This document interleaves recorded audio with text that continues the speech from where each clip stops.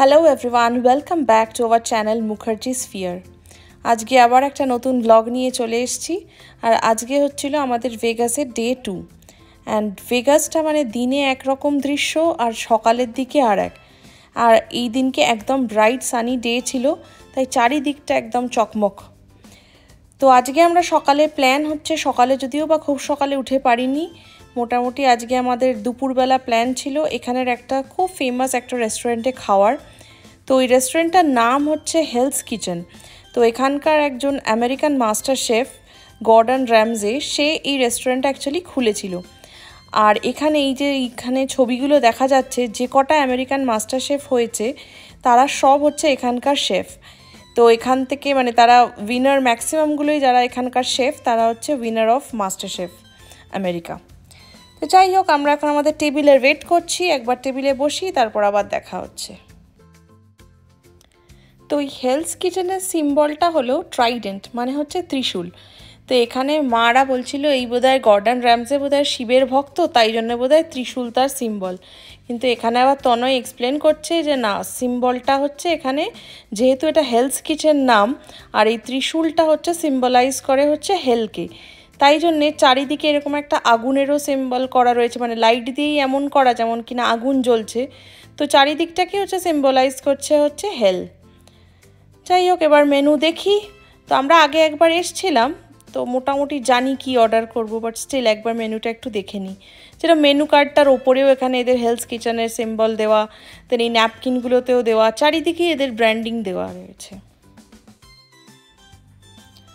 তো আমরা অর্ডার দিয়েছিলাম হচ্ছে, প্রথমেই স্টার্টারে অর্ডার দিয়েছিলাম বোন ম্যারো, যেটা খেতে অসাধারণ ছিল। আর তার সাথে দুটো ব্রেড দিয়েছিল টোস্ট করা, খুব সুন্দর খেতে ছিল। আর তারপরে মেন কোর্সে আমি নিয়েছিলাম চিকেনের একটা প্রিপারেশন, চিকেন স্ক্যালোপিনি এটার নাম। তনয় নিয়েছিল একটা বিফ ফিলামেনন, অ্যান্ড তার সাথে মারা নিয়েছিল হচ্ছে mac and cheese and chicken স্ক্যালোপিনি।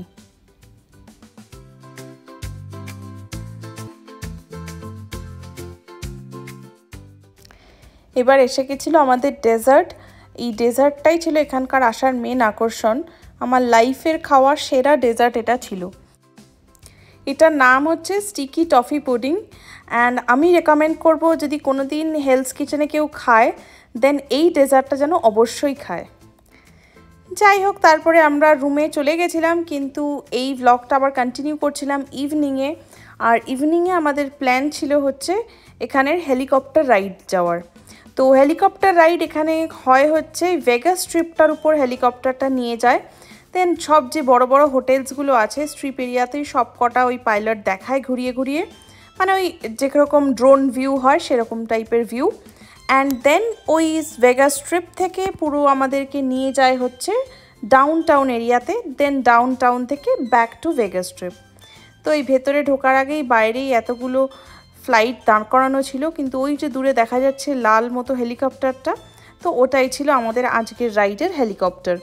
তো এই হেলিকপ্টারগুলোয় ম্যাক্সিমাম নেয় হচ্ছে 6 জন করে। তো সামনে পাইলটের পাশে 2 জন বসে, আর দেন পিছনে হচ্ছে 4 জন বসায়।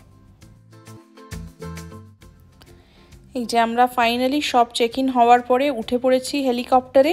অ্যান্ড আমরা যেহেতু 4 জন ছিলাম, তাই জন্য আমরা সামনের সিটগুলো নিয়ে নিই। অ্যান্ড সামনের সিট দুটো না কস্ট একটু এক্সট্রা ছিল, অ্যাপ্রক্সিমেটলি $20 পার পারসন এক্সট্রা পড়েছিল সামনের সিটে বসায়, যেহেতু ওটা একদম ফ্রন্ট ভিউটা পাওয়া যাচ্ছে বিসাইড পাইলট।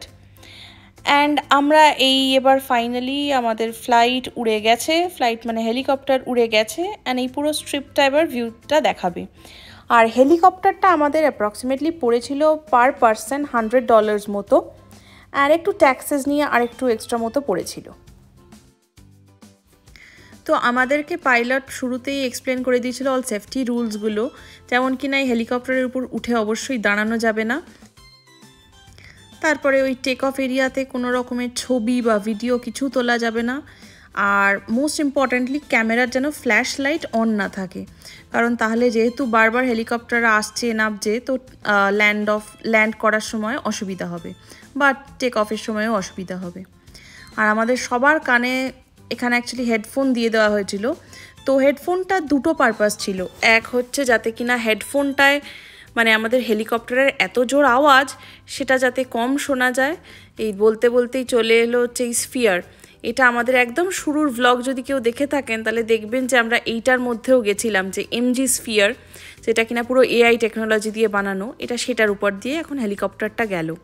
দেন এগুলো সব এখানকার বড় বড় হোটেলগুলো, আর যেই ছোট ছোট যেগুলো দেখা যাচ্ছে সেই সবগুলোও মানে প্রচুর অজস্র হোটেল। তো এই বড় বড়গুলো হচ্ছে একদম যেগুলো মেন ভেগাসের স্ট্রিপ এরিয়াটা, সেটার একদম স্ট্রিপটার উপরে।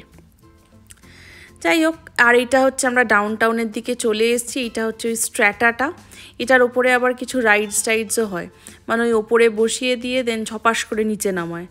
যাই হোক, কোনো দিন সাহস করে আমরা ওটাতে যেতে পারিনি।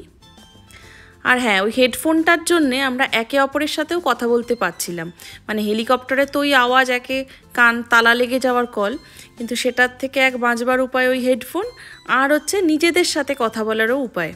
তো পাইলটেরও যদি কিছু বলার হয়, যেমন কন্টিনিউয়াস আমাদের বলতে বলতে যাচ্ছিল যে এটা কি হোটেল, এইটা কোনটা হোটেল, বা এইটা কোন এরিয়া, আমরা এখন ডাউন টাউনের উপরে আছি, তো এই সব এক্সপ্লেন করছিল, আর তার সাথে আমরা নিজেদের মধ্যেও কথা বলছিলাম।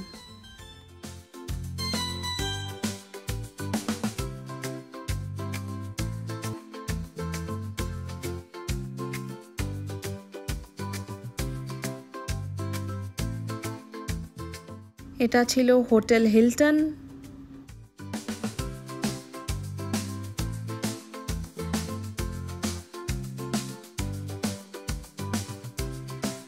আর ওই সামনের দুটো যেটা একদম স্ফিয়ারের পেছন দিকটায় দেখা যাচ্ছে কনকেভ কনভেক্স লেন্সের মতো, ও দুটো ছিল হচ্ছে অনকোরের হোটেল, লাস্ট টাইম আমরা ওখানে স্টে করেছিলাম। আর এই ডান দিকে ট্রাম্প দেখা যাচ্ছে, এটা হচ্ছে ডোনাল্ড ট্রাম্পের নিজস্ব হোটেল, একদম ভেগাস স্ট্রিপের ওপর। আর ওই পিছন দিকে যেটা মানে স্ফিয়ারটার একদম সামনে যে হোটেলটা দেখা যাচ্ছে, ওটা ছিল একবার আমরা স্টে করেছিলাম দ্য ভেনেশিয়ান।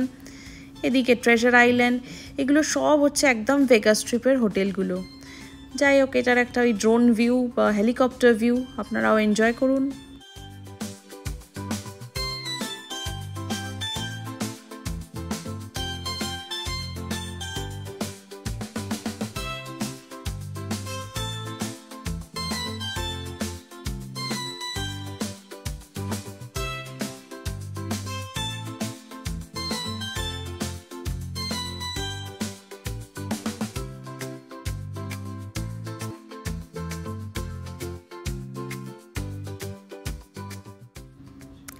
এইটা একটা স্টেডিয়াম, টি মোবাইল অ্যারিনা।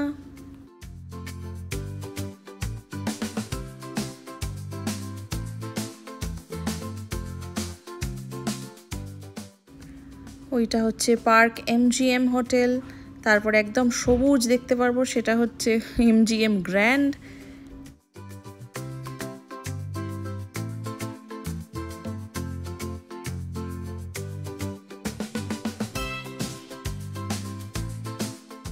তো এটা হচ্ছে আমাদের রিটার্ন হয়ে গেছে অলরেডি, মানে ডাউন টাউন থেকে ঘুরে আবার আমাদের ব্যাক টু যেখান থেকে স্টার্ট করেছিল সেখানে।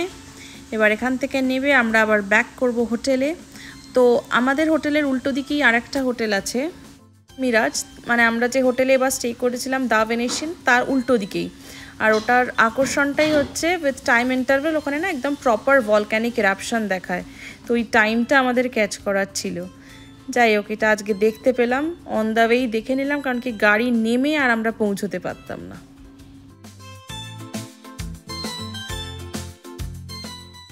যাই হোক, আজকের ব্লগটা এতটাই রাখছি। কিছু ভালো লেগে থাকলে please do like, share and subscribe to our channel.